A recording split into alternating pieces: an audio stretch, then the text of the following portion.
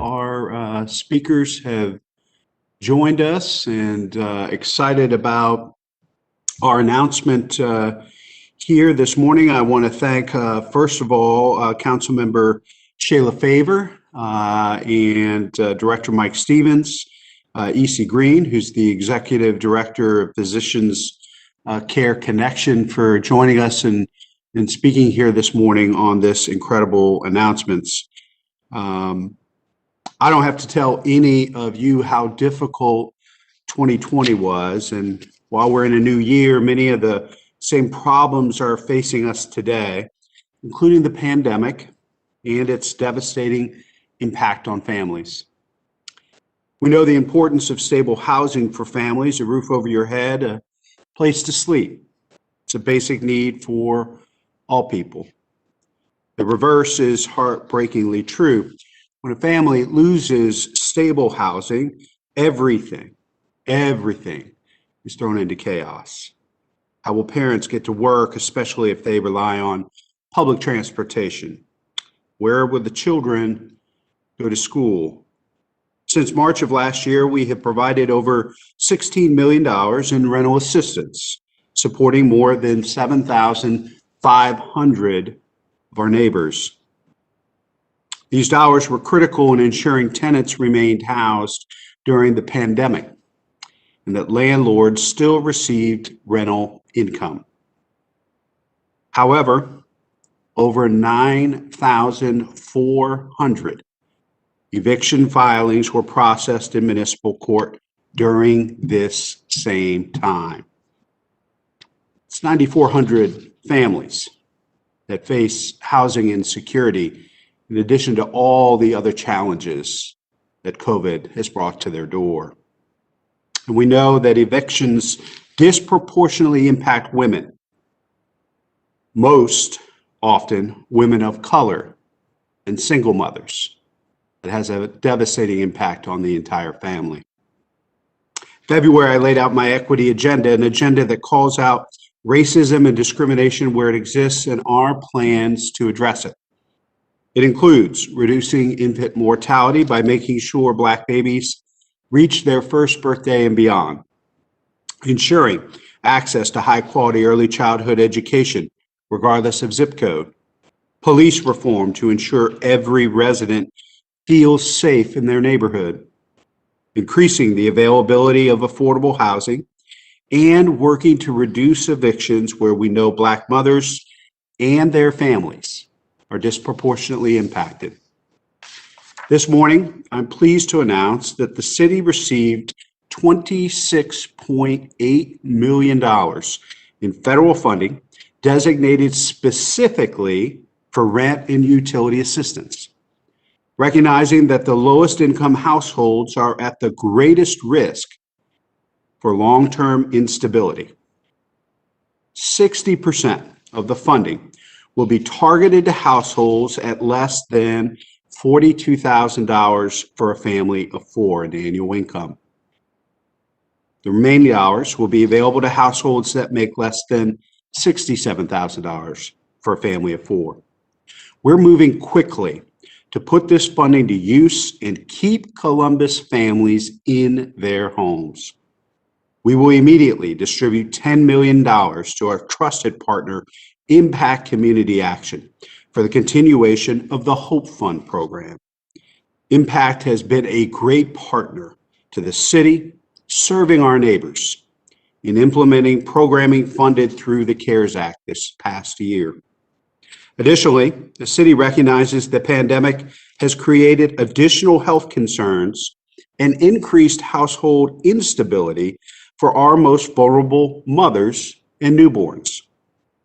So we will be setting aside $3 million for our community's public-private partnership around reducing infant mortality, CelebrateOne.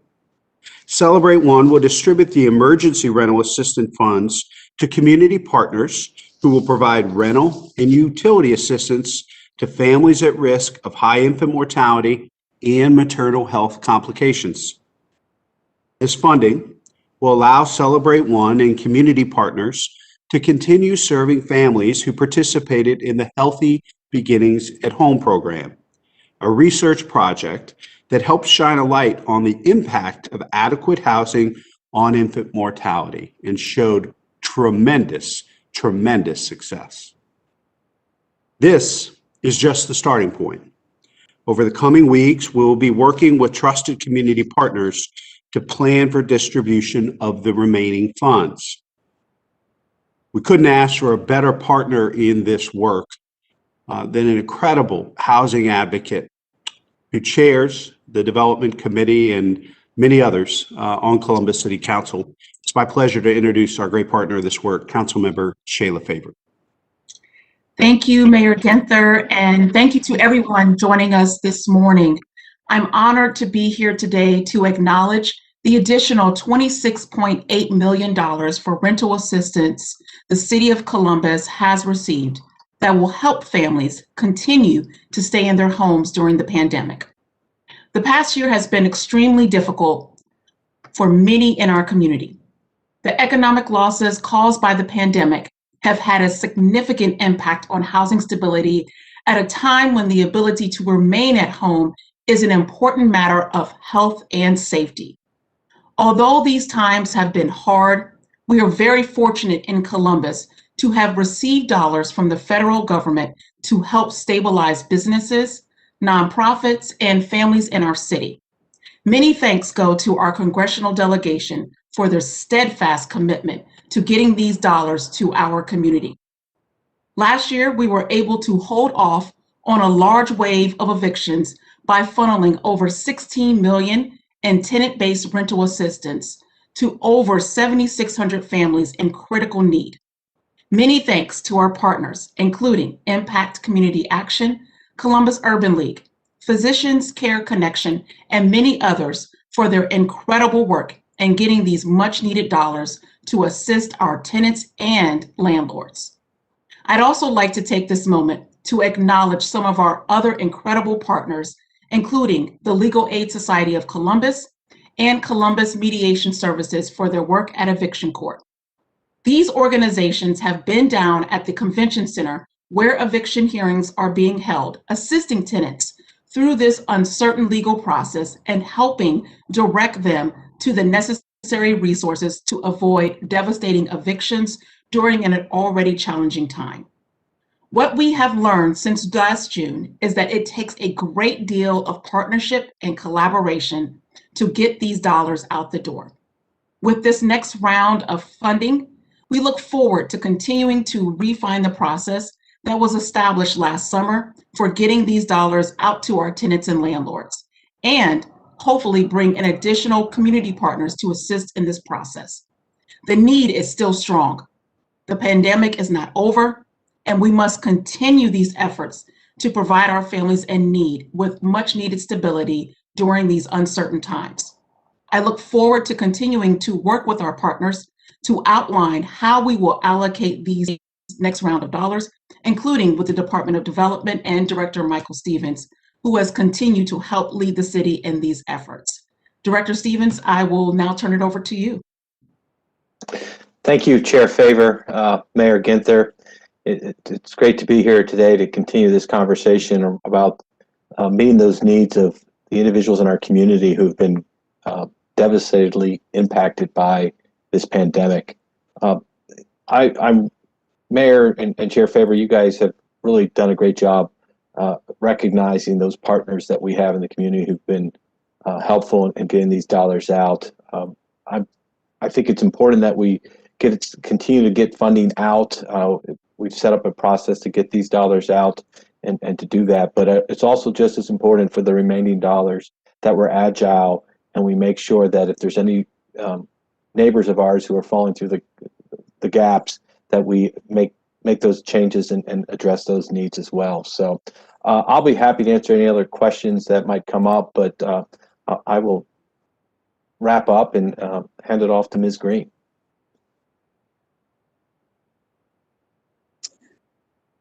Good morning. My name is E.C. Green. I want to thank you for the opportunity to address everyone this morning. I am with Physicians Care Connection. We are an organization of physicians and other experts that are dedicated to optimizing the health of those who are vulnerable in this community, and we are an affiliate organization of the Columbus Medical Association. We specialize in the health and related social needs that directly influence the quality of life for people who are vulnerable in this community. And we do this by providing high-touch care coordination. For people who are vulnerable, this type of coordination, it requires significant financial and human resources. This pandemic has become much more than a health crisis, as its unforeseen challenges have negatively impacted human health, the economy, and political factors. Our residents are feeling the impact of this pandemic with unemployment, reduction in work hours, shifting to the virtual learning environment for their students and children, amongst other community conditions that previously existed, such as access to care and food. Stimulus income provided by the federal government for individuals, it's been exhausted. And even with the recent relief package, people are still behind with rent and other bills. Housing instability has been a concern for this community before the pandemic. Unfortunately, the pandemic has only exacerbated those circumstances. The need for these dollars goes way beyond an emergency. For many of our neighbors, it is a difference between life and death. There is a strong correlation between housing and health. We have a top-notch shelter system. However, keeping families in their home is critical. The loss of a home both impacts the health and finances of a family and may have long-term effects on one's rentability. We celebrate today as the new dollars will allow frontline organizations like ours to continue to work with at-risk families in this community to stay in their homes. They are our neighbors, friends, family, and loved ones. The return on community investment will be significant from this effort. Additionally, I'm excited that there are organizations working together to explore a long-term solution for housing stability in our community. This solution is imperative. Last year, the infusion of these dollars for rent and utility assistance allowed us to help a pregnant mother who, after receiving a 3-day notice to leave the premises, began living in her car after she experienced a reduction in hours from work. It allowed us to help grandparents who suddenly found themselves the guardians of 3 grandchildren. And as they shifted to this new reality and costs associated with that reality, the grandmother lost her job, further exacerbating their income. She applied for unemployment, but during that process of receiving those dollars, fell 2 months behind in rent. It also allowed us to form a relationship with the landlord and assist their tenants with the completion of applications for assistance. Later, that same landlord contacted us to help their son, who was also facing eviction. I'd like to commend the partners that have worked with us to quickly shift to get dollars out to the community so that we can keep them from experiencing eviction. We will continue to face the effects and challenges of this pandemic for years to come. However, today, I am thankful for the investment from the city that will help thousands of families remain in their homes. Thank you. Thank you, EC, for those powerful examples. This isn't just numbers and statistics. It's about families. It's about personal stories. And the one thing we're all focused on, all of us, whether you're a landlord, tenant, public health professional, physicians, or elected officials, is family stability. We know that family stability is absolutely critical, not only for better birth outcomes, but for better child development environments. And in the midst of the global pandemic, it could never be more important, keeping families in their homes while also taking care of landlords that are doing the responsible thing in working collaboratively with us. I know there's light at the end of the tunnel with COVID-19 vaccines, and at this time of year, I would expect the city to be well on our way to recovery a year from now. I do want to thank Councilmember Favor. She mentioned this earlier, but we wouldn't be here today in announcing this fantastic investment into family stabilities in neighborhoods throughout our city without the leadership of our Congresswoman, Joyce Beatty, Congressman Troy Balderson, Congressman Steve Stivers, our two U.S. senators who all supported this, Senator Rob Portman and Senator Sherrod Brown, worked together in a bipartisan way to put families first here in our community, and I want to thank them for that. Right now, at this moment, families are suffering, and we must do all that we can to help them with their most basic needs. Now, we'll take a few questions. We're going to use the raise hand function. I know you were sent instructions, but let's go through them. You should see a hand icon on the bottom right corner of your screen. Click on the hand, and you will see a hand next to your name in the attendee list, and that's how we'll know that you've raised your hand.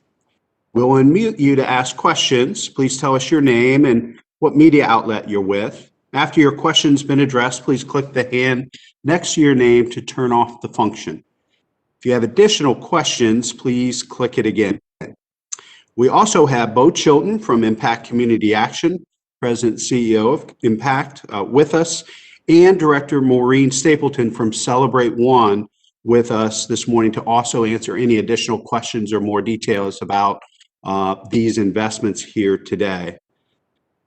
My guess is that some of you have questions related to other issues than rental assistance, and I'll be happy to answer those as well.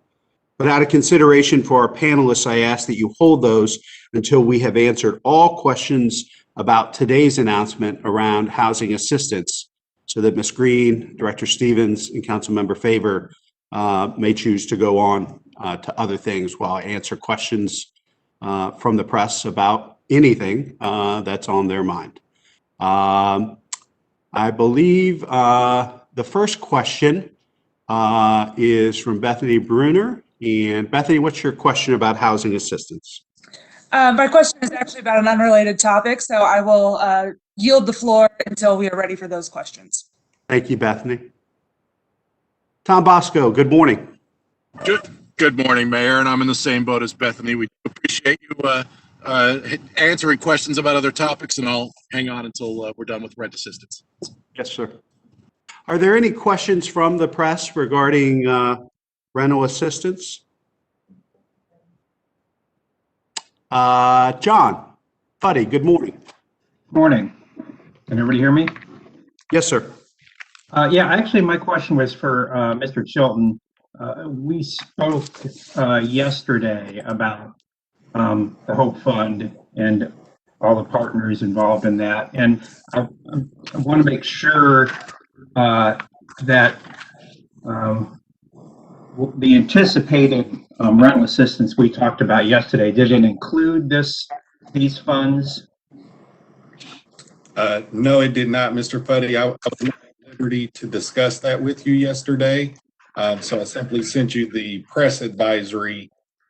So the dollars being announced today are in addition to the ones that we discussed yesterday.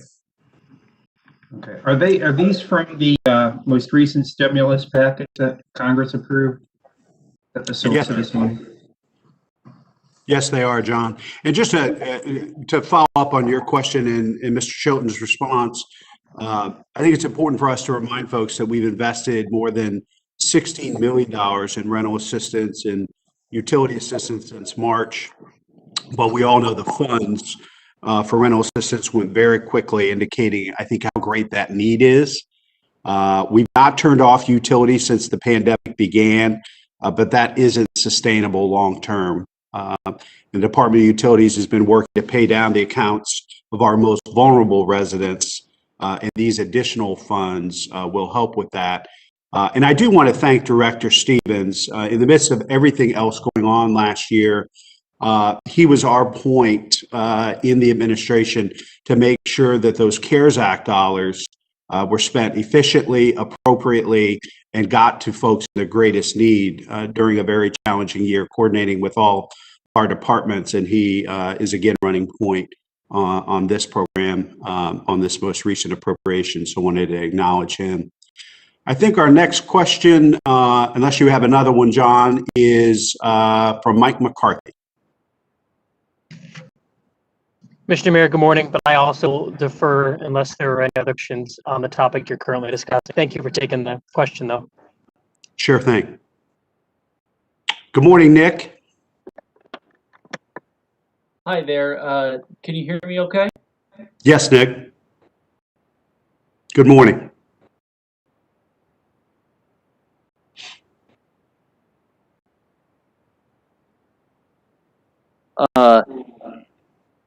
I guess one of the things we've been hearing about is the problem of people with uh,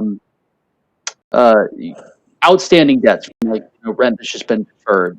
So is this going to basically kind of pay that down or try to reach agreements with landlords? How exactly will this work where the rubber meets the road?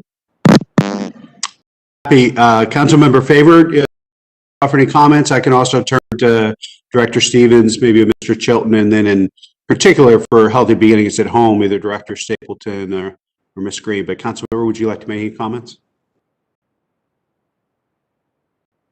As well as Director Stevens or perhaps Bo for the technical piece.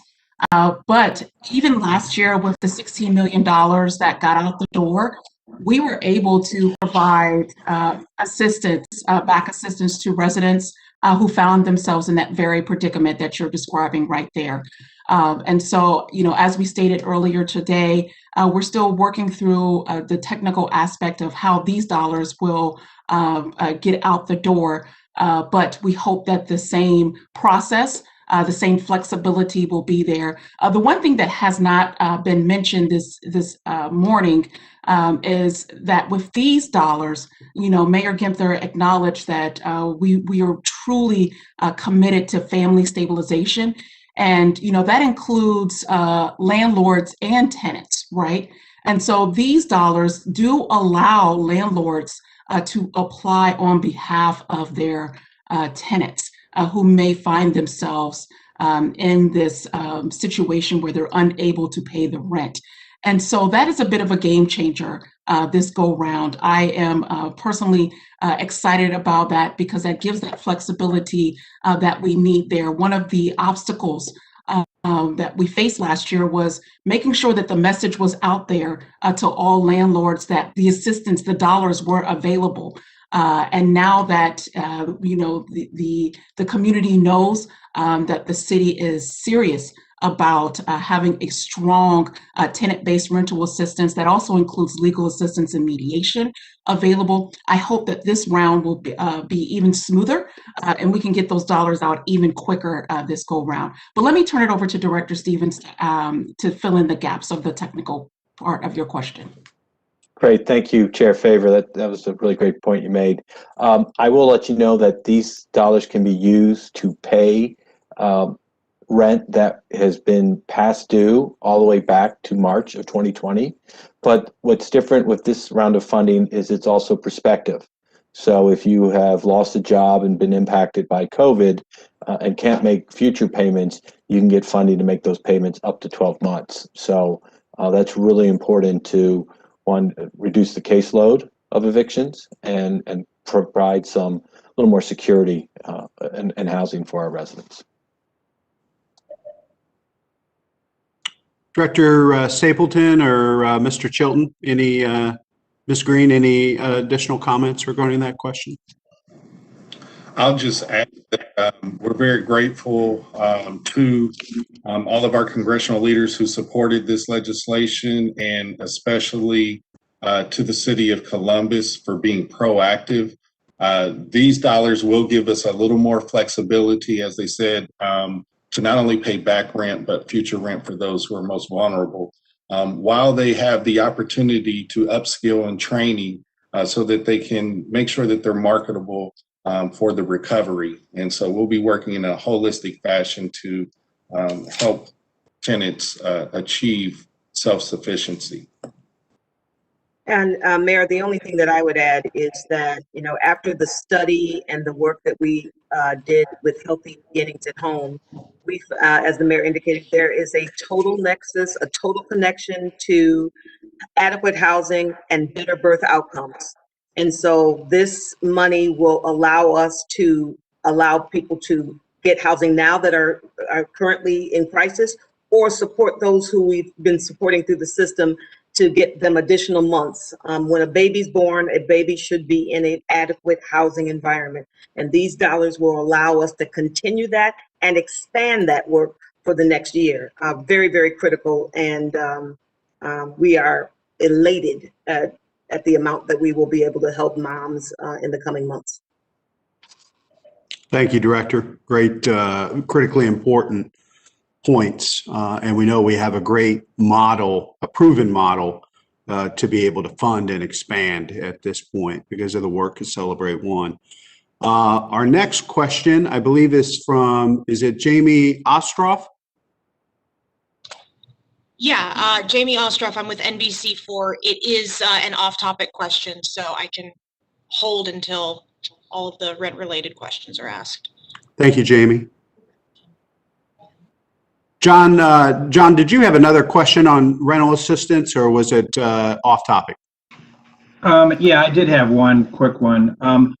And maybe this again would be for Mr. Chilton, but I'm curious about when these funds will be available to individuals who apply.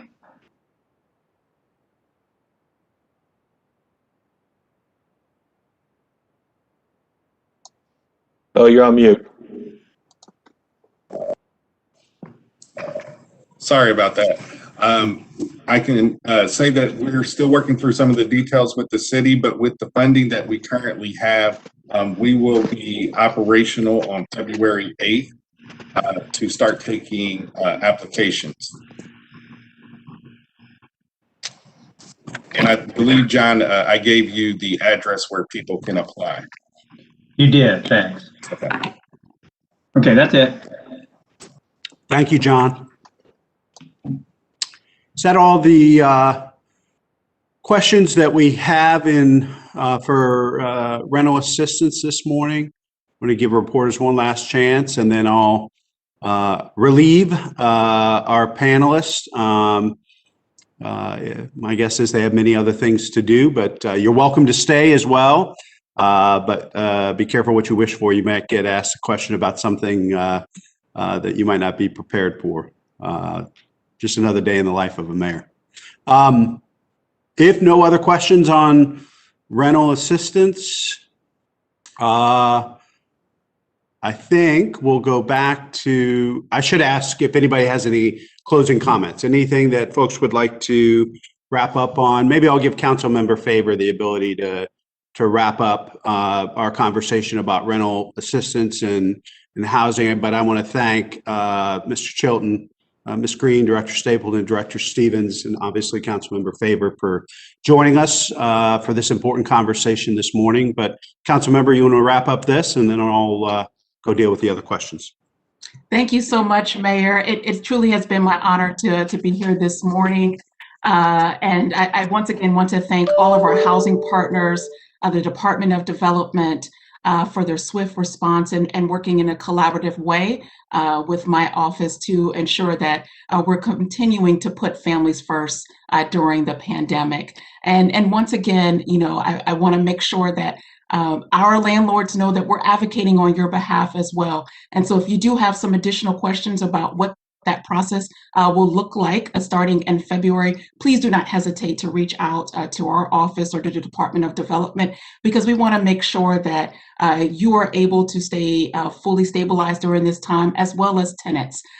So before, this is my plea, before you make that filing, please reach out to us, and we want to make sure that those dollars are in hand and that you can continue to live a productive life, and our tenants, our residents can continue to be stabilized during this unprecedented time.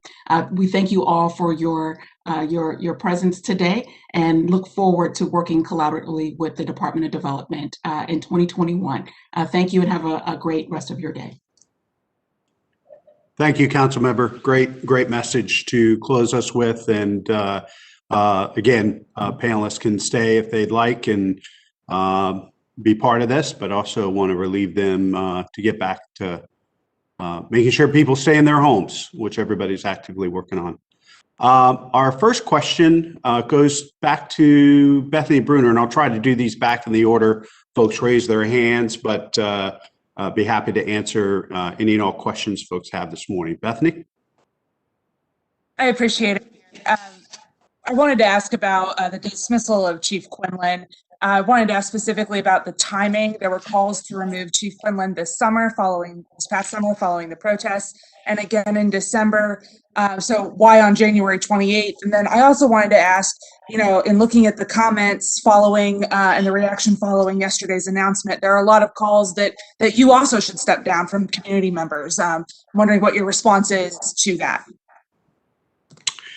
Well, really, ultimately, the decision to ask Chief Quinlan to step aside it became clear and apparent to me that he couldn't successfully implement the reform and change I expect in the community demands. Columbus residents have lost faith in him and division's ability to change on its own.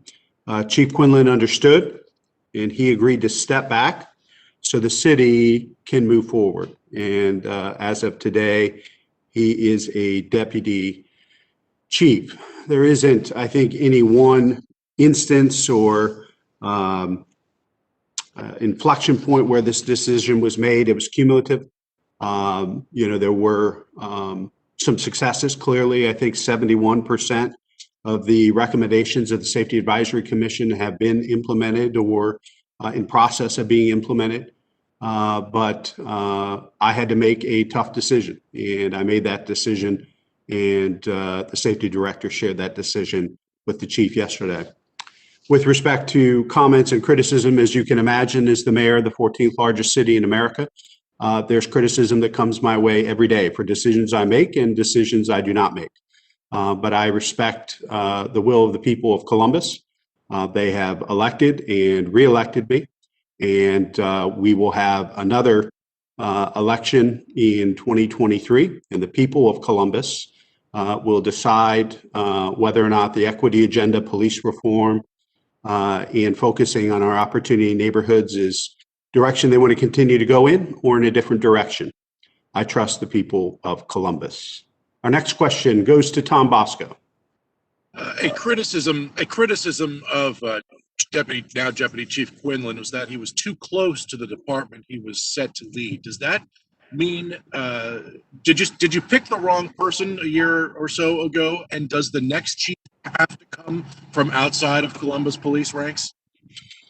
I feel very strongly that we do need an outside perspective and a leader from the outside to help us change the culture at the Division of Police. I accept full and total responsibility for the chief I named previously, and I accept full responsibility for the next chief that I will name in the coming months. Our next question is from Mike McCarthy. Good morning, Mike.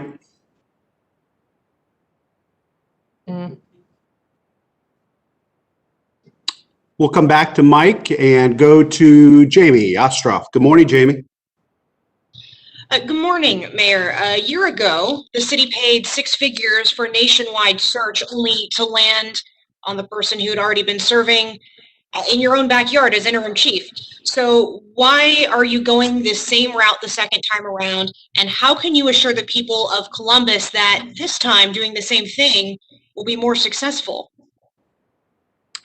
Well, I think clearly what we have seen in the last year or so, but I think through more recent history, is how critically important it is to have the right leader leading the Division of Police. I believe the investment we made before was worthwhile.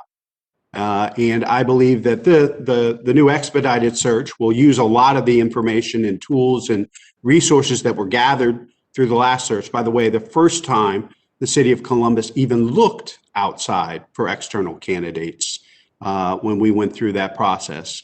It'll be an expedited timeline and cost far less, but I believe it is a very worthwhile investment because we need to make sure that we have the right leader who's going to help us change the culture at the Division of Police and lead this division forward to better meet and exceed the community's expectations. Our next question is from Lacey Crisp. Good morning, Lacey. Good morning, Mayor. Thank you for taking my question. There's been a lot of unusual things that have happened in the last year. Tom Quinlan obviously was your choice. You made it clear how you were going to run the city this summer, and I think the chief most likely didn't make a lot of decisions without running them past you. So is this failure on you, or who's that on? Well, I think I've already said, Lacey, but I'll say it again. I am the mayor of the 14th largest city in America. I accept full responsibility for all the decisions that leaders within the city of Columbus and the Division of Police make. That is my job. I am the mayor. People don't hire mayors for excuses and explanations. They hire them for leadership, and in this case, changing and reforming the Division of Police. I'm committed to doing that, and I accept full responsibility for the hiring of the last chief, and I will accept full responsibility for hiring the next chief. Our next question is from Maria Durant. Good morning, Maria. Good morning, Mayor. You had mentioned that you would like to be looking outside the department for a new police chief. What specific qualities are you looking for? You mentioned somebody who would implement change. You just said that Police Chief Quinlan did about 71% of those changes implementing in the department. So what specific changes are you looking for, and what specific qualities do you want in this new police chief? I'm looking for a transformational leader, a change agent that knows how and has a demonstrated record and history of changing culture, bridging the divide between the police and the community, and a commitment to making sure that officers are held accountable. You are right, 71% of the recommendations are in process or have been implemented. But what we really need at this point, in addition to the Civilian Review Board and all the other changes and reforms that we've done with respect to external oversight, is really a transformational leader that can delve in and change the culture of the Division of Police internally. And so I'm going to be looking for that type of strong leader with a track record of doing that in our next chief. Our next question goes to Tom Bosco. With all the attention this issue has gotten in the past year or so, and other controversies in the police department, do you think that will have any effect on the search? In other words, do you think controversy and problems that have been going on might scare qualified candidates away, frankly? I think there couldn't be a better time for looking for what I just described to Maria, a change agent, a transformational leader. I mean, this is a city and a community that is demanding change and reform. First ever Civilian Review Board, all the other additional changes that we have made and reforms that we started making far before last year. I think that, my vision of taking us from a 20th century law enforcement agency to a 21st century community policing organization will be very appealing to some dynamic law enforcement leaders around the country that are interested in helping to drive that change. So I am very optimistic about our prospects because I think this community is demanding change and reform and will support our next chief as she or he leads it. I think, Lacey, do you have another question? Yeah, Mayor, I was wondering, since we just went through this process about a year ago, can you kind of describe what the process is going to look like? How many months is it going to be until we have a new chief in place? DC Woods is going to be interim. Will he be allowed to apply for the permanent position? How much money is this going to cost the taxpayers? And is the process itself going to be the same? Are we going to have community meetings? Are we going to have, the forum that we had last time? Can you kind of explain to our viewers what their input is going to look like this time comparatively to last time? Well, we haven't finalized all those details yet, Lacey, but surely we will in the days ahead, and be happy to share all those details. You're right. We went through an exhaustive search. First time, as I said, ever that we've looked outside the division of police, extensive community engagement and conversations. So I think we'll be able to glean a lot of information from folks that participated in the process the last time around. But clearly, based on the events that have happened in the last year, there might be additional community input that we want to make sure is incorporated, engaged with that. So there's an awful lot of the search process that we can use that we won't have to repeat, but there might be some elements that are critical to make sure we're making the most informed choice in our next chief. But we'll share those details in the days ahead. Our next question is from Bethany Bruner. Thank you, Mayor. You talked about wanting to have somebody who transforms the culture of the division.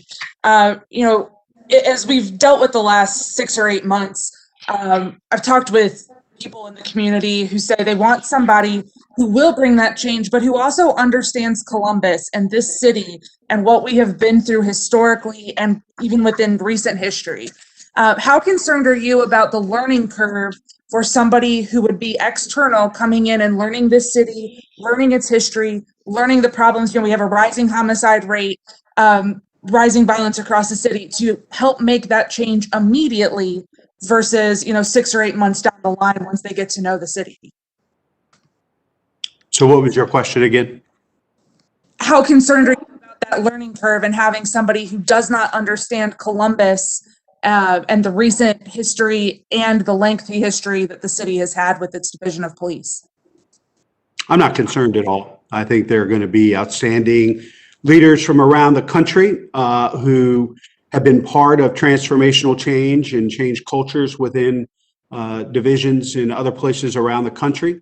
And I really believe that it is our division's job and the community's job to help that new leader understand our history and understand where we were, where we are, how we got here, but also provide us some, sometimes, having that outside perspective, particularly if they have a history of making changes and reforms that, quite honestly, we have not been able to do internally, could be a very healthy, objective, and independent way forward, which is what the people of Columbus expect and deserve. Our final question, I believe, unless there are others, I've got just another couple of minutes. Jamie Ostroff. Jamie, you get the last one. Thank you. How much did this have to do with Andre Hill's death? And if it did, why now? Why not earlier? Well, as I said before, it was a whole series of things. It wasn't any one thing. And, what was very clear to me as I spoke with community leaders, faith leaders, folks from across the board in our community, is that they had lost confidence in the chief's ability to change the culture and make the changes and reforms we wanted to make at the Division of Police. But it was a cumulative course of things. It was not any one thing. Why the timing is important is the way our system works is the director needed to notify the chief by, I believe, the end of the day yesterday, if he was not going to be, after his probationary period ends, if he was not going to be appointed to a 5-year term. That's why the decision was made when it was made. Got just a few more minutes. I'll try to catch as many of these as I can. I'm trying to see who was up next. Maria. Thank you, Mayor, for taking my question again. Real quickly, you had mentioned you would be looking for someone outside the department. Is there a city that you want to emulate or that you are looking to shape Columbus after? And are you getting any guidance from any other city? Well, as you can imagine, mayors talk about police reform, public safety, police community relations. We talk about them all the time with each other. And so through groups that I'm affiliated with and connected with, U.S. Conference of Mayors, the mayors and police chiefs organizations that we participate in. This is a topic that we talk about all the time. I'm not sure that any one city has gotten it right. I envision Columbus leading the way, but taking best practices and insights from around the country as to how we can continue to make sure that the Division of Police meets and exceeds the community's expectations. And so we will be looking around the country at best practices, but I also know that there are transformational leaders out there that could come to help lead our division to where the community expects. Tom. Mayor, you keep saying change the culture in the Division of Police. What specifically needs to change? Well, when you're talking about changing culture, it's obviously very complex and in-depth, but one of the things that we really need to make sure isn't what I feel. I think you go back and look at the Matrix report and findings and see, after thousands of interviews with officers, civilians in the department and the division, and the community members, that there are huge disparities in experiences for officers of color, women, gay, lesbian, transgender officers. And they've seen huge disparities in interactions between the Division of Police and folks in the community. That all, I think, speaks to culture.